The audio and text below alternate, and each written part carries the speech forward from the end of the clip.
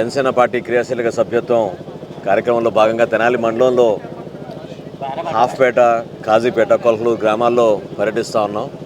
అద్భుతమైన రెస్పాన్స్ ప్రజల నుంచి. నిజంగా జనసేన పార్టీ పైన ఒక అభిమానంతో పవన్ కళ్యాణ్ గారి నాయకత్వం ద్వారా రాష్ట్రంలో ఒక మార్పు వస్తుందని, ఒక మంచి పరిపాలన కోరుకుంటున్నారు ప్రజలు. విసిగిపోయారు ఈ వైఎస్ఆర్సీపీ ప్రభుత్వం చేస్తున్న కార్యక్రమాలు. రైతాంగానికి ఏ విధంగా కేవలం ఉపన్యాసాలకే పరిమితమై నష్టం కలిగించారో వాటిపైన కూడా చాలామంది పాపం ఆక్రోషంతో ఉన్నారు. ఎక్కడ చూసినా ఒక్క డొంక రోడ్డు వేయలేదు. రైతుకి సరైన టైంకి విత్తనాలు సరఫరా కానివ్వండి, కనీసం ఫర్టిలైజర్ సరఫరా కానివ్వండి, ఎక్కడ కూడా వీళ్ళు చేయలేకపోయారు. ఒక ఆందోళన, కనీస మద్దతు ధర గురించి అనేక సందర్భాల్లో వీళ్ళు చేస్తున్న ప్రకటనలు, క్షేత్రస్థాయిలో అధికార యంత్రాంగంలో భాగస్వాములైన వ్యవసాయ అధికారులు వీళ్ళు కూడా ఈరోజు పూర్తిగా వ్యవస్థ నిర్వీర్యం అయిపోయింది. ఏ అడిగినా కూడా వాలంటీర్లు అడగమంటున్నారు. వాలంటీర్లు ఏమో గ్రామ సచివాలయం రమ్మంటున్నారు. అక్కడేమో ఈ క్రాప్లో నమోదు చేసుకుంటేనే వాళ్ళ పేర్లు ఉన్నాయని చెప్తున్నారు. ఆధార్ కార్డులు అనుసంధానం చేసుకోవాల్సిన కార్యక్రమం కూడా కేంద్ర ప్రభుత్వం నుంచి రావాల్సిన 6,500 రూపాయలు ఏదైతే వీళ్ళు రైతు భరోసాలు ఇస్తున్నారో అవి కూడా కులాల వారీగా వీళ్ళు విభజించారు. ఈ రోజున ఓసీ రైతులకి ఎక్కడ ఇవ్వరంట. ఇది చాలా ఆశ్చర్యం కలిగిస్తోంది. దీన్ని మేము ఖండిస్తున్నాం. రైతుకి కులం ఉండదు, ప్రాంతం ఉండదు, రాష్ట్రం ఉండదు.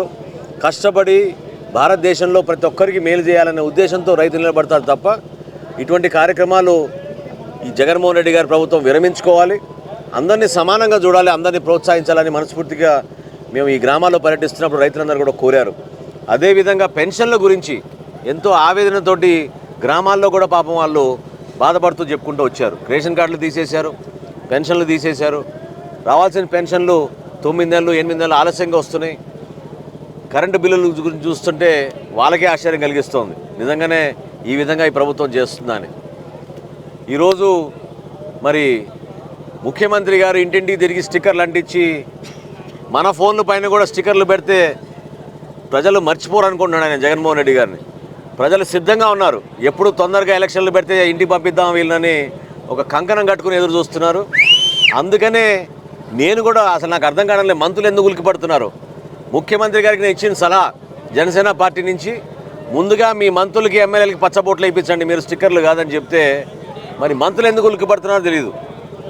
మంత్రులందరూ కూడా లైన్లో నిల్చుంటే ముఖ్యమంత్రి గారు ఆయన తోచిన విధంగా మీ శాఖల గురించి కాదు, మీ గురించి కాదు, ఆయన నాయకత్వం గురించి, ఆయన ఇస్తున్న భరోసా గురించి మీ చేతుల మీద చక్కగా పచ్చబోట్లు వేయించుకుంటే మీరందరూ కూడా ఎంతో ఆదర్శవంతంగా ప్రతి ప్రాంతంలో పర్యటించినప్పుడు మేము పార్టీ మారాం, మేము జగన్మోహన్ రెడ్డి గారు నమ్ముతున్నాం, జగన్మోహన్ రెడ్డి గారితో ఉంటాం అని కనీసం ప్రజలు చెప్పండి.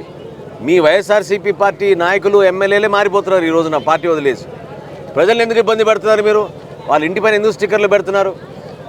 వాళ్ళ ఇంటి దగ్గరికి వెళ్ళి మీరు ఫోన్లు తీసుకుని స్టిక్కర్లు పెట్టాల్సిన అవసరం ఏముంది? ఈ రోజున ప్రచారానికి పిచ్చి పట్టి ప్రజాధనాన్ని వృధా చేసి గ్రామాల్లో కనీసం రోడ్లు వేయలేదు, సైడ్ కాలువలు తీయలేదు.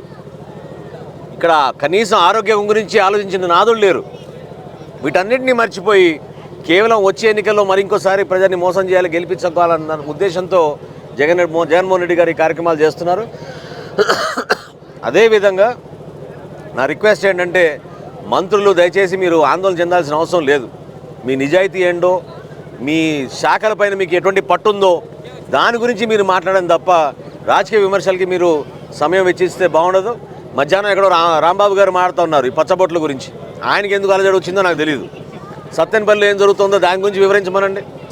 పాపం ఆ తల్లి, కొడుకును కోల్పోయిన తల్లి 5 లక్షల రూపాయల కోసం చుట్టూ తిరుగుతుంటే 2.5 లక్షల రూపాయలు ఆపుతామని చెప్పి వీళ్ళు బెదిరించి ఈ రోజు వరకు ఆ చెక్ ఎక్కడుందో ఎవరు తెలియదు. ముఖ్యమంత్రి సహాయ నిధి నుంచి వచ్చిన 5 లక్షల రూపాయల చెక్ ఎక్కడ పోయింది? ఎందుకు ఆపారు? మేము జనసేన పార్టీ నుంచి ఆ కుటుంబానికి అండగా నిలబడి పవన్ కళ్యాణ్ గారి ఆదేశాల మేరకు వాళ్ళకి నిధులు కేటాయించే విధంగా ఆర్థికంగా కుటుంబం చితిపోకుండా ఉండడానికి కోసం మా గుంటూరు జిల్లా నాయకులందరూ కూడా ఆ కుటుంబాన్ని ఆదుకోవడానికి ఆర్థికంగా ముందుకొచ్చారు. ఆ కార్యక్రమం కూడా త్వరలో పూర్తి చేస్తాం. మీలో నిజాయితీ ఉంటే మీ సొంత నియోజకవర్గం సత్తెనపల్లిలో ఎటువంటి కార్యక్రమాలు జరుగుతున్నాయో మీరు తిరిగి చూడండి. ప్రజలకు మీరు సమాధానం చెప్పండి. ధైర్యంగా ప్రజల్లోకి వెళ్ళండి. అంతేగాని మీడియా ముందుకు వచ్చి పవన్ కళ్యాణ్ గారి గురించో జనసేన పార్టీ గురించో మాట్లాడే అర్హత మీకు లేదు. రాష్ట్రాన్ని పరిపాలించే శక్తి కూడా మీకు లేదు. పోలవరం గురించి మాట్లాడరు, ఇరిగేషన్ ప్రాజెక్టుల గురించి మాట్లాడరు, కాలువల ఆధునీకరణ గురించి మాట్లాడరు. కేవలం వారాయి ఎప్పుడు వస్తుంది, జనసేన పార్టీ కార్యక్రమాలు ఎప్పుడు ఉన్నాయి, పవన్ కళ్యాణ్ గారు ఎప్పుడు బయటకు వస్తారు, దీని గురించే మీరు సమయం వెచ్చించుకుని సమయం వృధా చేసుకోబాకండి. మా ప్రణాళిక మాకుంటుంది.